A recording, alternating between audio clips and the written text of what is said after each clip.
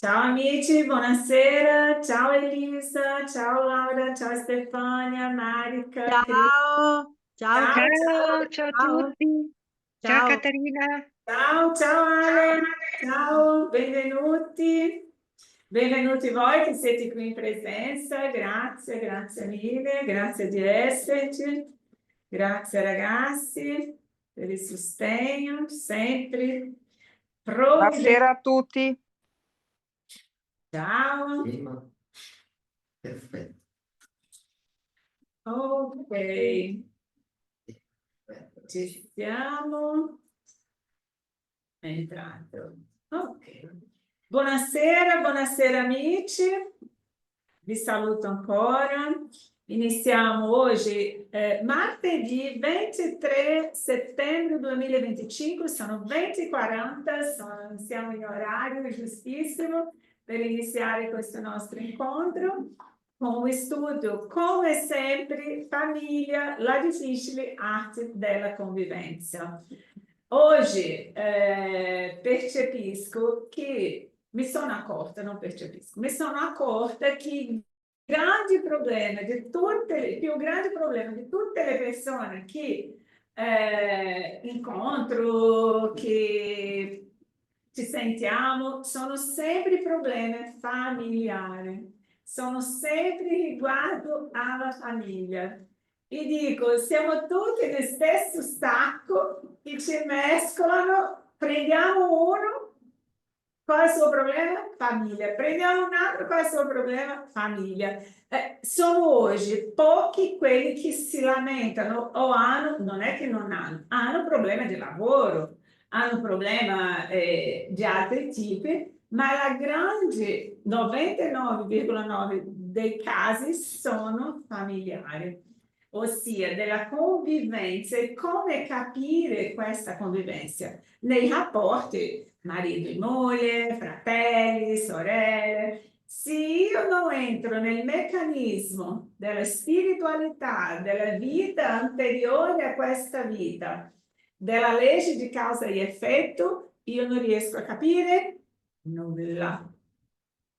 Mi sento sempre la vittima di situazioni a quale tante volte sì, possiamo vederci come vittima, ma se andiamo lì a cercare veramente il motto di quelli scontri, di quelli litigi, troveremo sempre una causa anteriore a quelle afflizioni. Comunque, prima di iniziare, facciamo la nostra preghiera. Signore Gesù, Padre amato, ringraziamo questa opportunità di studio. Ringraziamo, Signor Gesù, questo tesoro che ci hai regalato, che è il libro degli Spiriti, che è il Vangelo secondo lo Spiritismo. Tutte le spiegazioni di Kardec in questi libri, tutte le spiegazioni di Chico Xavier, tutte le spiegazioni di Divaldo Franco, che sono medium che ci hanno portato delle conoscenze gigantesche e importantissime dal mondo spirituale. Noi oggi abbiamo questi messaggeri, questi profeti dell'attualità, perché noi accompagnati, perché noi possiamo capire il motivo della nostra esistenza, il motivo delle nostre sofferenze, il motivo perché siamo qui. Qual è il nostro compito in questa vita? Ringraziamo, Signor Gesù, per questa immensa opportunità di condivisione. Ringraziamo gli spiriti protettori, angeli guardiani, che sono sempre con noi, anche se tante volte noi non li percepiamo. Grazie Gesù, sia con noi. Così sia. Ok. Iniziamo questo studio, la importanza di conoscere l'esistenza dello spirito per imparare a gestire i nostri conflitti, migliorando la nostra qualità di vita, i nostri rapporti con gli altri e di conseguenza la nostra salute. Oggi siamo già coscienti di che tutti i nostri malessere sono esattamente legati a questi conflitti. Se ho un conflitto, ho un mal di testa, ho un mal di stomaco, non sto bene, sono disturbata, por conta sempre di un risultato di conflitto.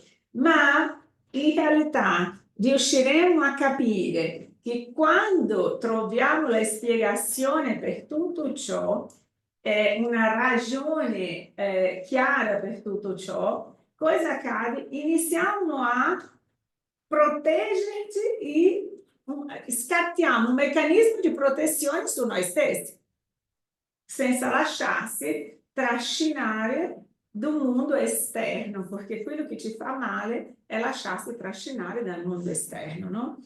Bom, tutti noi abbiamo bisogno dell'ambiente domestico per ricevere la giusta tutti noi abbiamo bisogno dell'ambiente domestico, ricevere la giusta educazione per la nostra incarnazione sulla Terra. Perché famiglia e evoluzione. È impossibile vincere le grandi scommesse della vita senza correre dei rischi. E le più grandi scommesse sono quelle relative alla casa e alla famiglia. Qual è il motivo di esistenza del pianeta? Guardando con questa faccia, come se volesse scappare. Perché la Terra esiste? Cos'è paragonata alla Terra? A una scuola. Una scuola. Una grande casa di una famiglia grande, grandissima espansa. Una casa di una famiglia gigantesca, una famiglia universale, perché siamo famiglia qua dentro e famiglia relativa ai nostri fratelli di altri pianeti, che sappiamo che nulla sono che spiriti che anche hanno abitato sulla Terra, hanno fatto esperienze sulla Terra e oggi vivono in un'altra dimensione, un altro pianeta. Non è più una cosa di fantascienza o fuori del normale. Nella rivista spiritista ci botto di castigo, Mario, se continua a fare questa pagina. Guarda che ci denuncio, perché non è più un segreto di che gli altri pianeti, ci sono pianeti abitati e ci sono pianeti abitati anche da essere come noi, so che non piano più di evoluzione. Nella rivista spiritista c'è una delle edizioni delle riviste spiritiste che Kardec parla con Mozart e con altri spiriti che vivono in pianeta più evoluto, ok? Vi farò capire, vi farò un'altra opportunità, farò una conferenza parlando su questo, che in Marte, la mamma di Chico Xavier ha visitato Marte nel 1927, Chico era un adolescente ancora, e ha scritto quello che la madre ha raccontato di questo pianeta. E ci sono diversi, c'è un pianeta della musica, quando noi parliamo della biodanza, nella terra della danza come cura, come guarigione, c'è un pianeta esclusivo che è un pianeta della musica e della danza, dove questi spiriti reincarnano sulla terra per aiutare nell'evoluzione della terra tramite la musica. Ma questo è un altro discorso, un'altra conferenza. Comunque, essendo pianeta Terra una scuola in un ospedale, perché siamo tutti pazienti in recupero, in trattamento, e il nostro trattamento, perché fa parte del nostro trattamento la famiglia? Esiste qualcuno sulla Terra che è venuto do nulla, che non c'è una famiglia?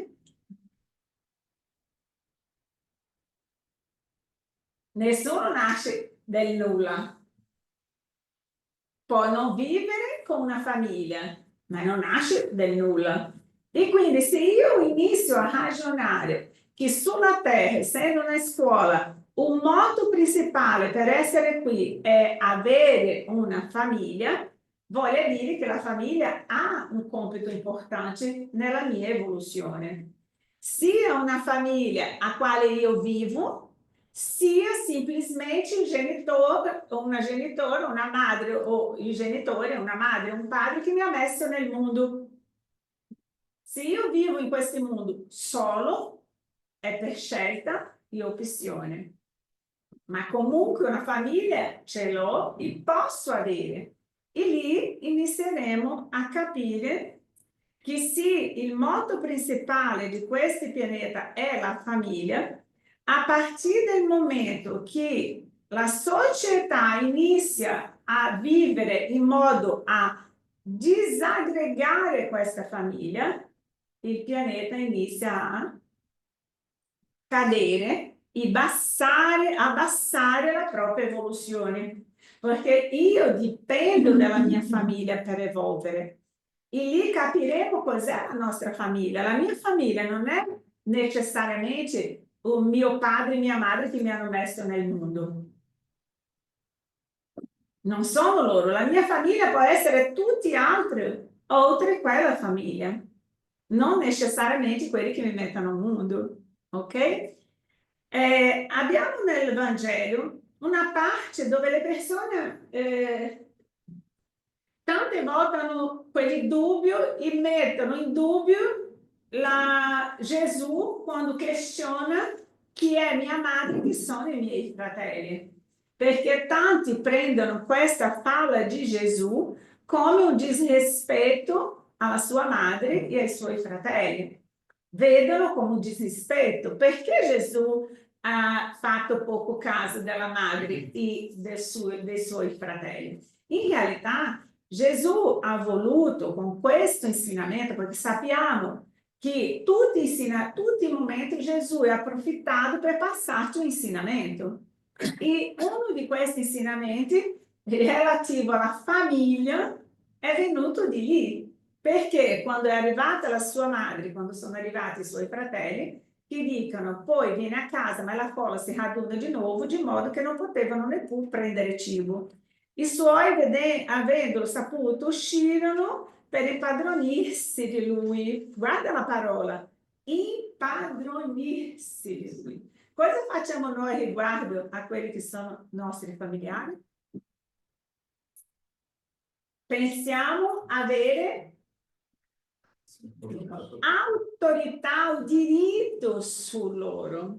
Devono fare quello che voglio io, devono fare la professione che ho scelto io, devono avere il team di football che ho scelto io, devono essere i professionisti che io voglio che siano. Perché? Perché abbiamo noi un modo di impadronirsi di uno spirito libero che viene tramite noi per evolvere. Ha talento per la musica, ma no, un musico non guadagna nulla. Cosa va a fare il musico? No, va a fare l'avvocato, il medico, il professore, qualcosa che riesca a avere una vita, un rispetto musico, no. Non sto generalizzando, è solo un esempio che tante volte sotterriamo nei nostri figli o in quelli che sono con noi o che dipendono da noi o che vivono con noi in posizione come se noi ci dovessimo impadronirsi della loro vita, decidendo per loro quello che loro sono in grado ancora di decidere. Se no, no. Se vuoi fare come vuoi tu, mi dimentichi. Quante volte esiste questo rapporto, no? E lì nascono cosa? I conflitti familiari. Per il fatto di non avere un rispetto in quello che è un spirito diverso dal mio. E lì quando Maria arriva con gli altri figli, cosa ha detto Gesù? Chi è mia madre che sono i miei fratelli? E lì perché? Ma egli rispondere loro, ok. Poi gettando un sguardo sopra coloro che erano seduti in cerchio intorno a lui, disse, ecco mia madre e i miei parenti. Chiunque fa la volontà di Dio, egli è mio fratello, mia sorella e mia madre. Marco, versetti 20-21. Matteo, e loro due hanno riportato lo stesso discorso di quelli che è stato l'insegnamento di Gesù. E perché questo? Perché noi sappiamo, questo viene dal capitolo 14, che dice onora tuo padre e tua madre. Questo è un discorso che noi già abbiamo fatto tante volte, che la parola onorare, perché Gesù dice onora e non amare? Se a tutti dice di amare, ha detto anche di amare a tutti, anche i genitori, ma in più onorare, perché sapeva della difficoltà che sarebbe per tanti di noi amare i propri genitori. E l'amore non è un obbligo, ma l'amore è una conquista. I rapporti familiari sono sempre 90%, 99,9% quelli che più male ci hanno fatto e più male abbiamo fatto. Per questo siamo in un mondo di prova e espiazione. E quindi Gesù ha approfittato quello non per disonorare la sua madre, ma per ampliare a noi la visione di madri e fratelli. Perché quelli che comungano con me le stesse idee, l'amore, il rispetto o una cosa bella, quelli sono i miei fratelli. Per questo che dici, no? Che tante volte i fratelli che sono fratelli non si identificano l'uno con l'altro, oltre, anzi, sono completamente differenti l'uno dall'altro. E lì possiamo capire esattamente la parola di Gesù. I grandi insegnamenti del Maestro Gesù furono trasmessi in seno alle famiglie. A Cafarnao, secondo il primo gruppo di servizio cristiano a Gerusalemme fu la semplice casa di Pietro, ossia l'Evangelio a casa è iniziato na casa di Pietro, che le porte erano aperte e tutti potevano venire a ascoltare Gesù. E la casa di Pietro è diventata riferenza in mezzo alla famiglia per questi insegnamenti, tanto che quando Maria e quando veniva a servire il tavolo o partecipavano del tavolo, la sposa di Pietro, Gesù ha chiamato anche Abigail, che era la mamma alla sua suocera, per stare a mangiare con loro. Pietro ha detto no, alzatevi e non potete stare qua. Una donna non poteva sedersi a tavolo con gli uomini. E quindi Gesù ha detto no, fanno parte della nostra famiglia e devono sedersi con noi a tavola. Loro dovevano servire, ma non potevano restare. E lì vediamo quanto siamo oggi, siamo andati avanti, siamo, o meno un po' di evoluzione abbiamo fatto. E lì per dire la parentela corporea e quella spirituale, sempre del libro degli spiriti o del Vangelo secondo lo spiritismo, abbiamo questa lettura. Marica, vuoi leggere per favore? Così Certo, sì, certo. Ciao. non dormiti con le No, no, no, ma non si dorme quando si ascolta te. I legami di sangue non costituiscono necessariamente legami fra gli spiriti. Il corpo nasce dal corpo, ma lo spirito non procede dallo spirito, poiché lo spirito esisteva prima della formazione del corpo. Non è il padre che crea lo spirito di suo figlio. Egli non fa che fornirgli un involucro corporeo, ma deve contribuire al suo sviluppo intellettuale e morale per consentirgli di progredire. È per quello che dicono che i figli ci vengono affidati, ma non sono nostri. Ovvio. Così si capisce bene questo, almeno, che sia chiaro. Certo. Bravissima Marica. Per questo il legame, ossia lo spirito già esisteva. Io oggi sto Catarina, ma io non sono Catarina. È lì la differenza. Sono stata João, Maria, Giovanni, Pedro, qualsiasi altra, in tutte le esistenze fino ad oggi, io ho avuto, lo spirito è uno. le esperienze sono diverse. La vita dello spirito è unica. Ricordatevi di questo. Quando dice la vita dello spirito è una, nel senso di che lo spirito è sempre lo stesso. Le esperienze spirituali sono diverse. Chiamiamo molte vite perché non abbiamo ancora la comprensione di spiegare queste tante esistenze e diciamo tante vite, ma in realtà la vita è unica dello spirito, con diverse esperienze. E lì si dice, lo spirito, quando mio padre, quando abbiamo scelto il padre e la madre, perché noi li scegliamo, malgrado tante volte diciamo non ho chiesto per nascere, non ho chiesto per nascere, mi avete voluto voi. No, no, no, no. Abbiamo chiesto sì, abbiamo implorato perché loro ci dessero questa opportunità di venire su questa terra. Quindi per questo Gesù dice onora, perché tante volte determinati genitori non volevano ricevere quei figli, non volevano avere quella figlia, non volevano avere quella famiglia, avevano tutta un'altra idea e un altro proposito di vita, ma comunque hanno accettato il fatto di riceverci. Solo questo già è un motivo di onorarli, perché senza la loro presenza, senza il loro affidamento, noi qui non ci saremmo. O peggio che sia la vita, la spiritualità racconta tutti i giorni nei libri di Chico la difficoltà che è trovare genitori per fare venire al mondo degli spiriti che hanno bisogno di passare per la terra. Come è che noi, spiriti perfetti, riusciamo a evolvere? Solo con la reincarnazione.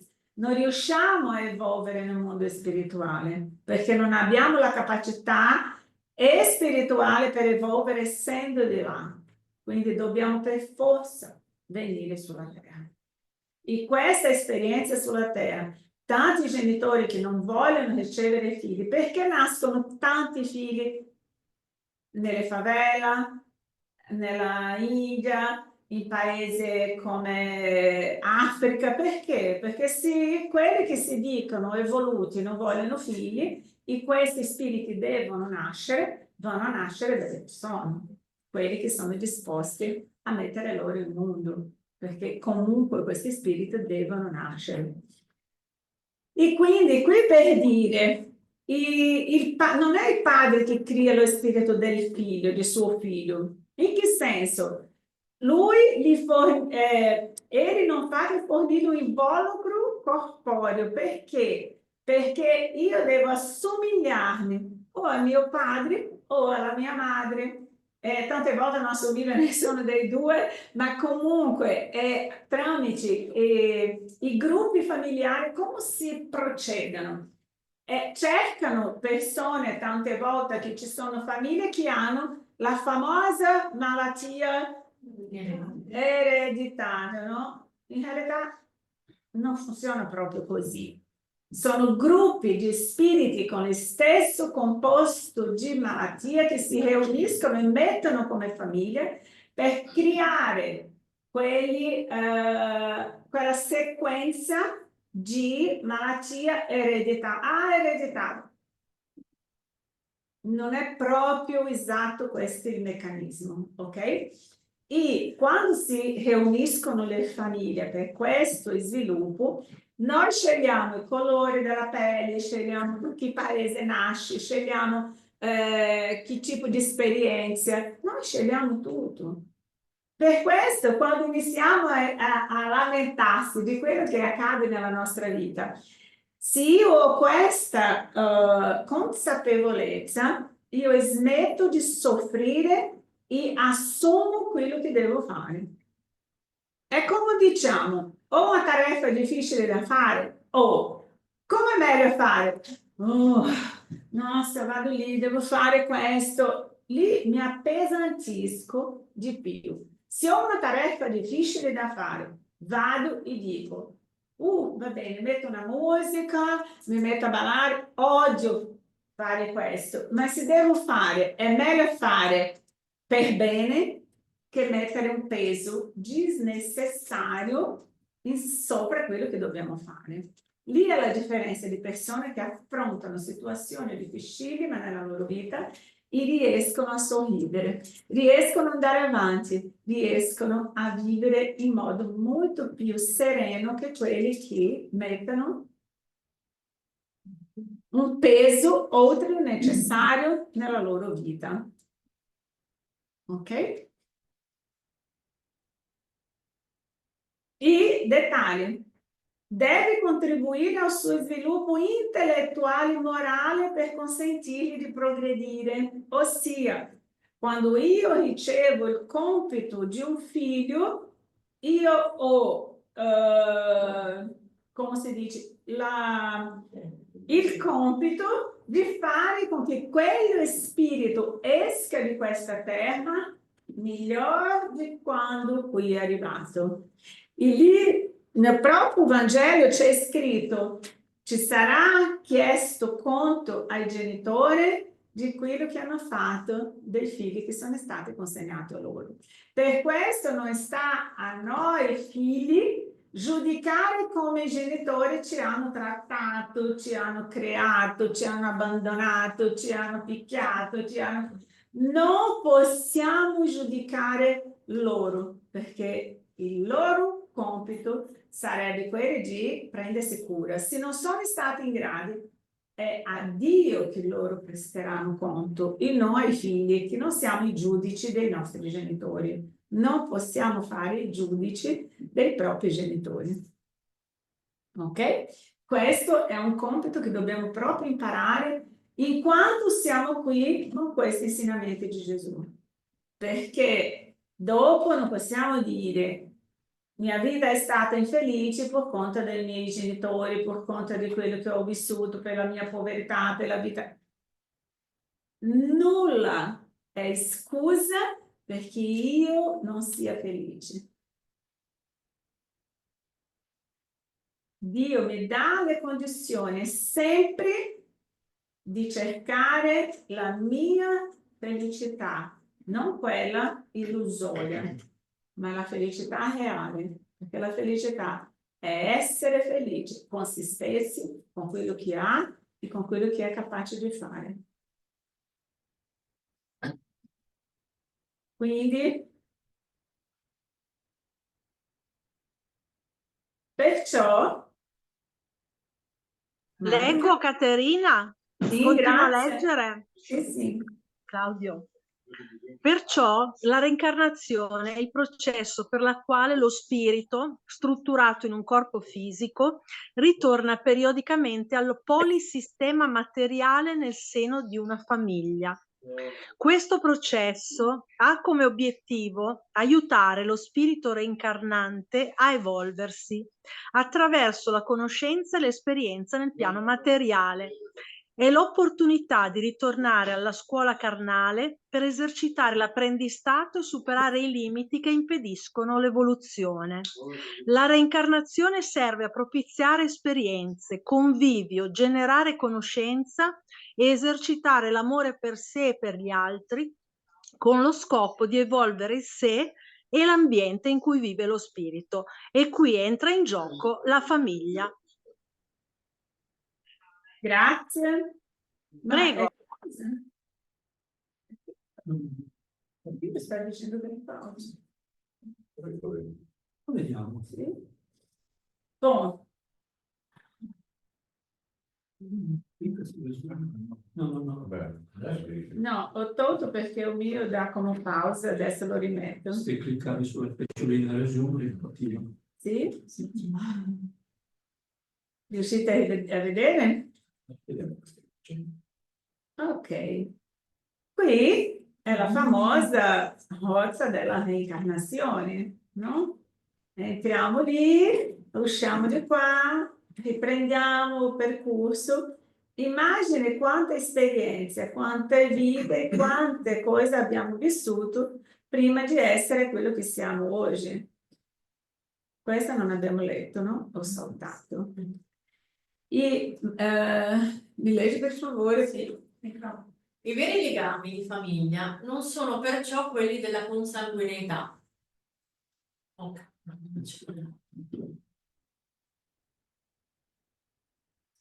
Allora, È acceso. è acceso?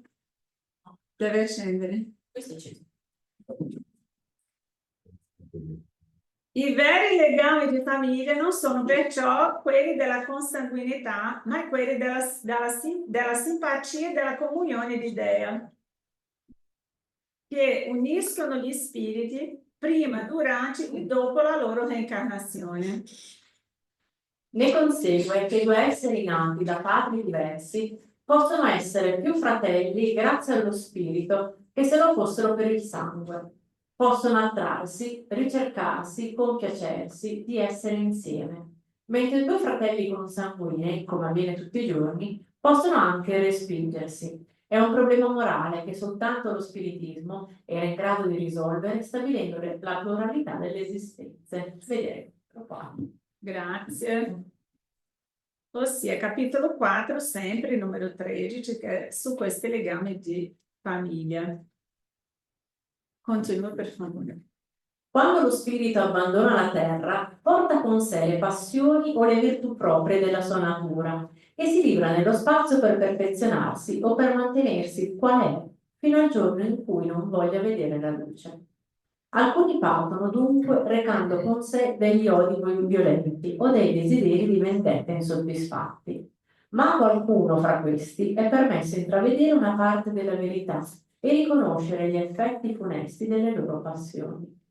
È allora che prendono le buone decisioni e capiscono che per andare a Dio non vi è che una parola d'ordine: carità. Ora non vi può essere carità senza l'oblio degli oltraggi e delle ingiurie, né con gli odi nell'animo e senza aver perdonato. Allora, con un potentissimo sforzo, guardando a coloro che sulla terra hanno detestato, ma nel vederli la loro animosità si risveglia. Essi si ribellano all'idea di perdonarli, a quella di rinunziare a se stessi e soprattutto a quella di amare coloro che forse hanno distrutto la loro fortuna, il loro onore, la loro famiglia. Tuttavia il cuore di questi sfortunati è scosso, esitano, sono indecisi, agitati da sentimenti opposti. Se le buone risoluzioni riescono a vincere, pregano Dio, implorano gli spiriti buoni di dar loro la forza nel momento decisivo della prova. Grazie. Com'è? Molto chiaro, no? Perché quando siamo sempre noi, abbiamo visto il nostro là, abbiamo visto la vita continua, che siamo sempre noi, quando arriviamo di là, che vediamo quello che abbiamo fatto, che chiediamo l'opportunità di ritornare e riprendere la strada con le stesse persone a quali abbiamo avuto dei problemi. Alcuni riescono a vincere questa esperienza, altri soccombono. In che senso? Litigando, padre che mata figlio, figlio che mata padre, e vediamo tutti i giorni dei dissensi, delle cose brutte, no? Perché? Perché non riescono a mantenere il loro proposito di perdonare e quindi entriamo in litigio. Abbiamo visto il nostro là che la mamma di André Luiz, quando André Luiz chiede a lei: mamma, dov'è papà? Possiamo aiutarlo? E la madre dice che lui è nell'umbrale, da tanti secoli, tanti anni, è ancora nell'umbrale. E lui chiede se non può aiutare. Lei ha detto: non si preoccupi, e sappiamo che la madre di lui è in un piano molto più superiore che quelli di nostro lato. Lei ha detto: non si preoccupi che io già ho chiesto il permesso per reincarnarmi e prendere come figlio tuo padre e le sue due amanti che sono no umbral insieme a lui. Agora immaginate una madre con un figlio che era suo marito, le due amanti di lui che sono sorelle. Il conflitto di queste due con la madre. Il conflitto delle loro due verso riguardo fratello che hanno un eccesso di amore o di odio o di passione, dipende di quello che ha fatto. Quante volte vediamo i legami di figlie che sono padrone dei suoi papà, le figlie che devono determinare come suo padre o sua madre devono vivere, le figlie che sono gelose del padre con le fidanzate, con la nuova moglie che non li accetta. Perché questo legame? Perché questa difficoltà? Le nore con suocera, perché le suocere sentono padrone dei loro figli?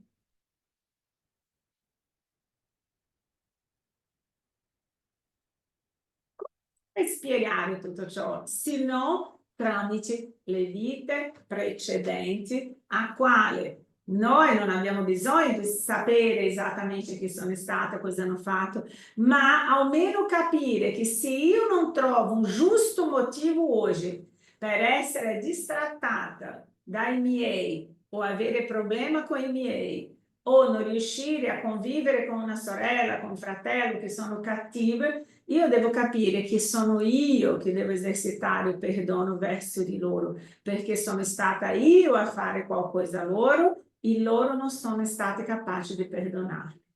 Invece di mettermi come nemici loro e come vittima di una famiglia, io devo vedere che sono io che devo chiedere a loro perdono di ciò che un giorno loro non sono ancora in grado di perdonare. Avete capito come le cose girano? Di vittima passiamo, si capovolge tutto, tutto.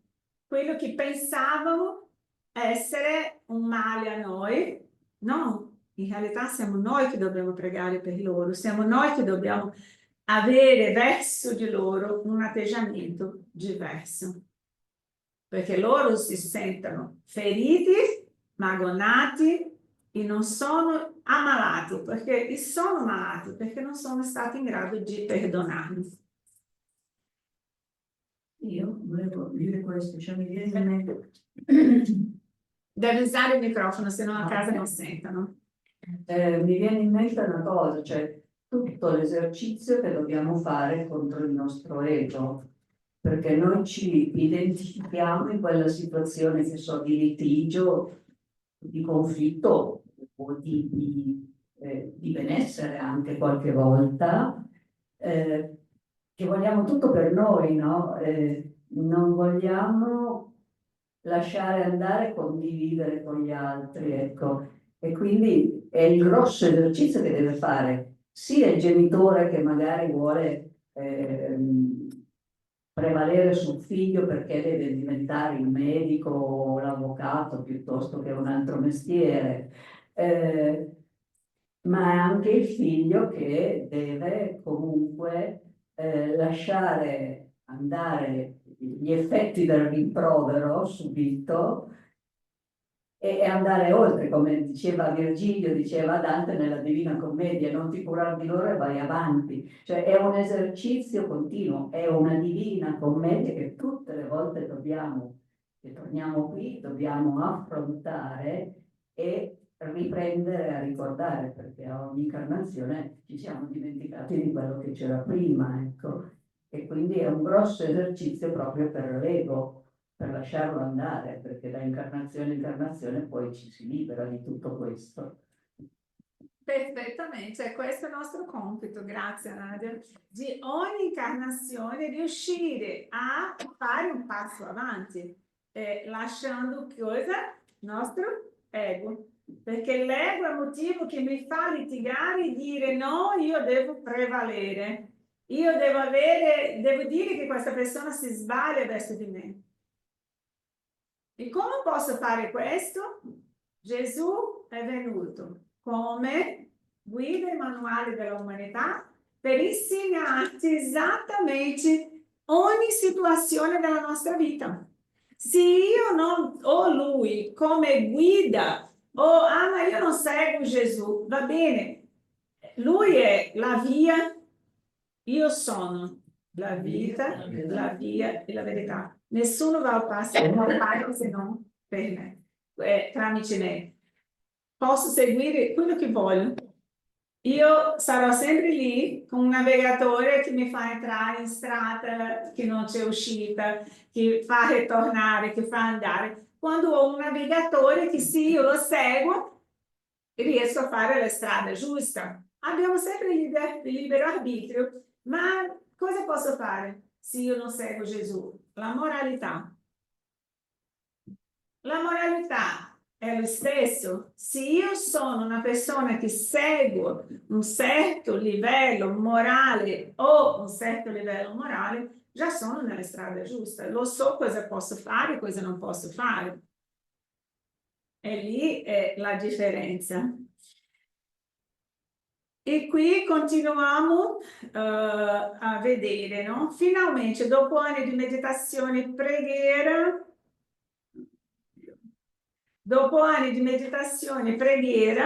lo spirito vede che sta per nascere un'altra carne nella famiglia di colui che ha detestato.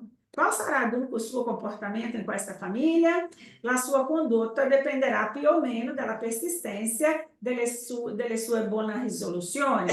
Il contatto continuo con gli esseri che ha odiati è una terribile prova alla quale talvolta, se la sua volontà non è abbastanza forte, egli soccombe. Così, a seconda che prevalga la buona o la cattiva risoluzione, sarà l'amico o il nemico di coloro fra i quali è chiamato a vivere. Sono molto chiare, no? Il modo in quale lo spirito affronta le contraddizioni, gli ostacoli, le difficoltà e le allegrie, permette di compiere o no il programma da lui stabilito. Tutto ciò in accordo con la sua libera volontà, anche se non realizza il piano tracciato, ha sempre evoluzione in qualche aspetto del suo sé. L'evoluzione non è vincolata al tempo di vita materiale, ma alla intensità in cui è vissuta. Si risalta il fatto che tra un'incarnazione e l'altra lo spirito continua a evolvere, non reincarnando mai allo stesso livello. Ok? Non reincarniamo mai nello stesso livello, siamo sempre un passo avanti. La reincarnazione obbedisce a dei principi e corrispondenza di frequenza, ossia lo spirito incarna in determinato continente, paese, città o famiglia con determinata caratteristica culturale, idioma, usi, valori, abitudini, tradizione, storia, in accordo con la sintonia e la frequenza vibrazionale che il suo pensiero riesca a stabilire con ognuno di questi elementi. Io vado dove ho necessità di esperienza.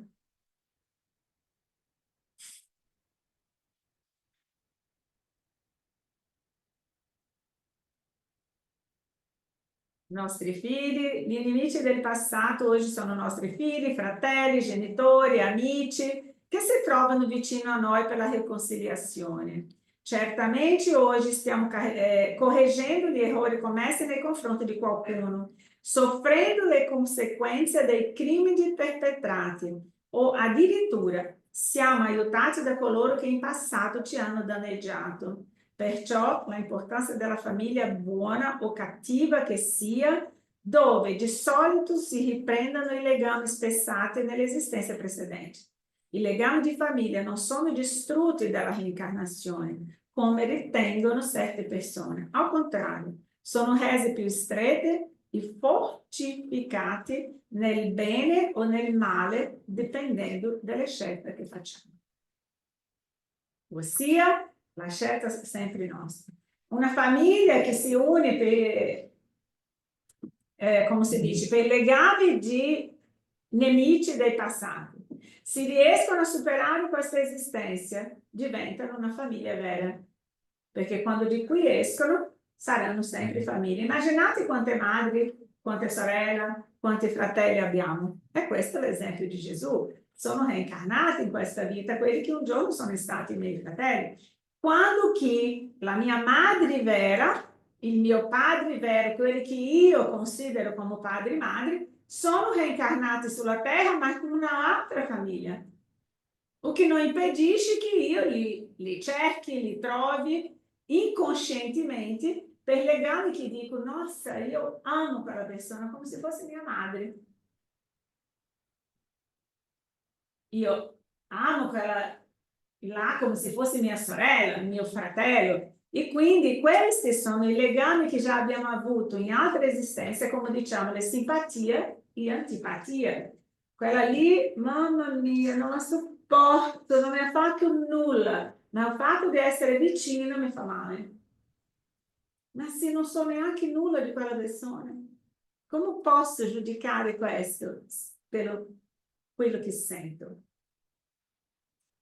Altri sono quelle che abbiamo delle simpatie. Nossa, l'ho conosciuto ieri, ma è come se già conoscessi da una vita. Quindi sono spiegazioni che tante volte dobbiamo riconoscere che qualcosa c'è di molto più. Se sono obbligata ad essere una famiglia che io non volevo, non voglio quella famiglia, per qualche motivo grave, io non voglio quella famiglia, ma devo rispettare. Non ho bisogno di appesantire ancora di più il mio legame con quella famiglia. Bene.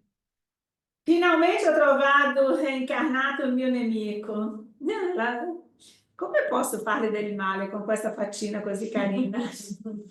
Quindi lo stessore ha deciso di andare via. Lo spirito che torna alle sfere della carne può migliorare quella quota di valore sorpassando le previsioni superiori per proprio sforzo intensivo o distanziarsi da essa, sprofondando ancora di più nei debiti verso il prossimo, sottovalutando le sacre opportunità che gli furono conferite.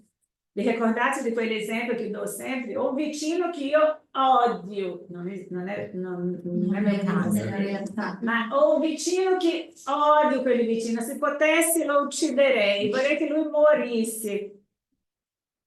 Amici, è meglio che porti una torta al tuo vicino, che offra dei tè, che sia simpatico, anche se lui a te non è simpatico, perché oggi è un vicino, domani figlio, marito, sorella, fratello, viene più vicino e più stretta ancora. Ci hanno anche dato l'opportunità di fare la pace nella casa vicina, ma non abbiamo accettato, ci lamentiamo di tutto, quindi la prossima viene ancora peggio, più vicino ancora, la prossima viene ancora più vicino.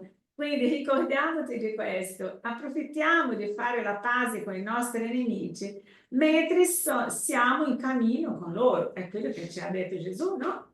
Facciamo la pace con i nemici in quanto siamo in cammino con loro.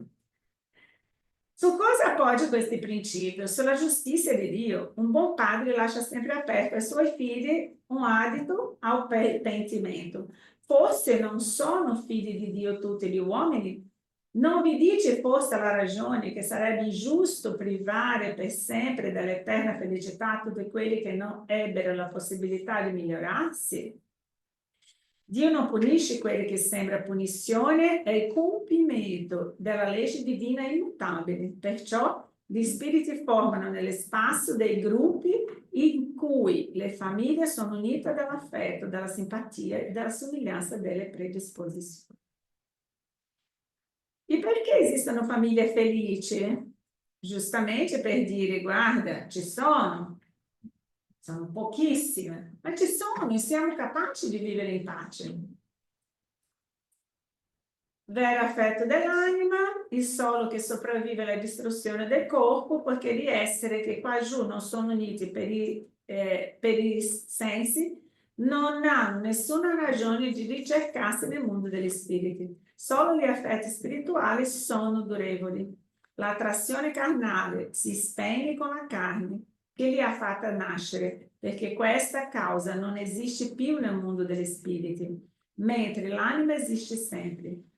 Quanto alle persone che sono strette solo da motivi di interesse, non c'è nulla che le unisca veramente. La morte li separa in terra e in cielo.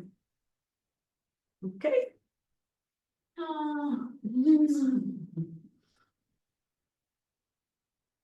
La unione di simpatia, quello che ho spiegato, Dio consente che si camminino nelle famiglie, che si incarnino nelle famiglie questi spiriti antipatici o estranei, con il doppio scopo di farli servire da prova per gli uni o da mezzo di avanzamento per gli altri. Poi i cattivi a poco migliorano a contatto con i buoni grazie alle cure che questi prodigano loro. Il carattere si addolcisce, i loro costumi si purificano, le antipatie si cancellano. In tal modo si stabilisce la fusione fra le diverse categorie di spiriti, come si stabilisce sulla terra tra le razze e i popoli. Boh, non è sempre che accadino. Uno spirito tante volte è molto duro, non vuole accettare quello che tante volte i genitori o la propria famiglia gli offre. E quindi non è un errore nostro o una colpa nostra, è la scelta del proprio spirito. Questo deve essere molto chiaro. Dobbiamo rispettare anche la scelta, dobbiamo fare tutto il possibile, ma se quel figlio o quella figlia o sia chi sia, quei parenti non vuole accettare il nostro aiuto e continua a massacrarci e fare dispetto, dobbiamo sempre pregare per loro e sempre offrire l'aiuto.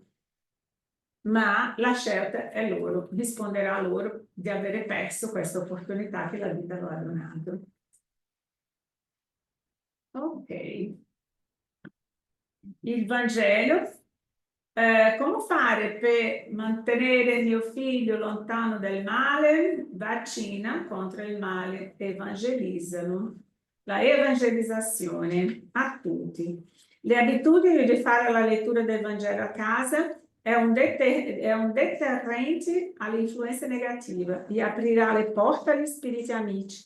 Possiamo lasciare a Dio decidere quale sarà il nostro compito.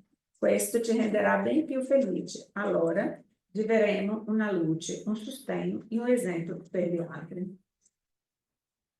Questa è sempre importante, questa riunione familiare, anche se i figli non vogliono partecipare di questo Evangelo a casa, dobbiamo leggere il Vangelo, perché il Vangelo, quando leggiamo, è la porta che permette agli spiriti di arrivare a casa nostra, per togliere i conflitti, i problemi, le dissenso, le difficoltà. Gli spiriti quando arrivano puliscono la casa e quindi siamo noi che dobbiamo aprire questi spazi. Anche se i figli non vogliono partecipare, sono chiusi a casa o il marito non voglia, faccia da solo. Apra da solo il tuo Vangelo, lega, perché la spiritualità arriva. E sarai tu più forte, perché tante volte noi non possiamo cambiare una situazione vostra, ma possiamo aiutarvi a superare e a vedere diversamente quelle situazioni, che già è un grande compito. La perfezione è l'obiettivo, la reincarnazione è la strada, la famiglia umana il mezzo. Vedi? Il vecchio va e il bambino viene.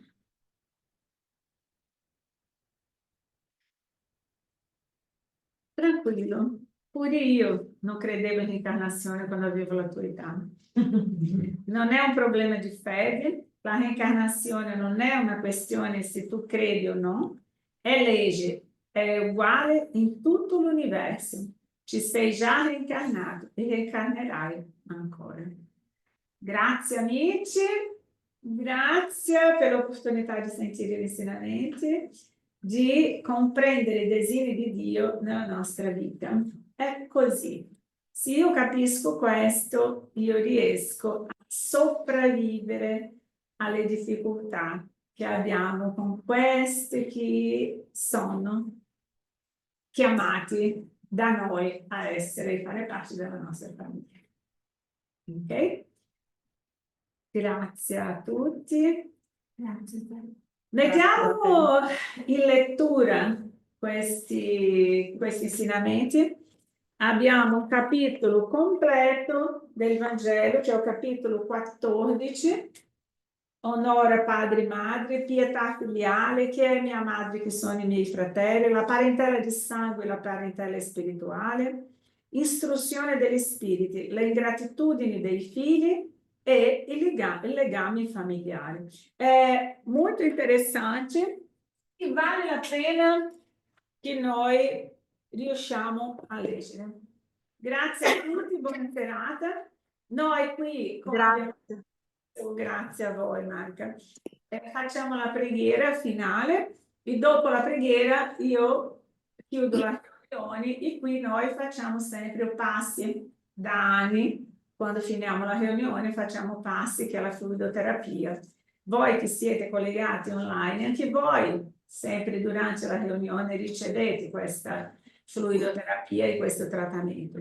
Se volete ancora essere collegati con noi in un senso spirituale, quando uscite dalla riunione mettetevi comodamente, chiudete gli occhi, mettete una musica lì nel vostro computer, ci sono tante musiche rilassanti, mettete lì e potete accompagnare quella musica in quanto suona la musica che non è neanche sempre lunga, sono corta, è un mesmo periodo nostro qua dei passi. Quando finiamo, ringraziati che siete e fate una buona notte a tutti. Ok? Ricordando che ogni volta che vi collegate, la vostra casa è utilizzata da un mondo spirituale da portare degli spiriti che hanno il permesso di venire a studiare con noi. Perché ogni casa che si collega a un gruppo di studio come questo, di preghiera, sia qual sia, la spiritualità approfitta sempre per trattare e portare la conoscenza a un mondo spirituale che ha tanto bisogno. Ok? Grazie per il vostro sostegno e per la vostra Grazie a te. Signore Gesù, Padre amato, ringraziamo ancora una volta questa opportunità. Ringraziamo gli spiriti protettori che sono con noi, che ci proteggono, intuiscono, auxiliano, e possiamo meritare sempre il vostro ausilio nella nostra vita, perché abbiamo tanto bisogno. Grazie, così sia.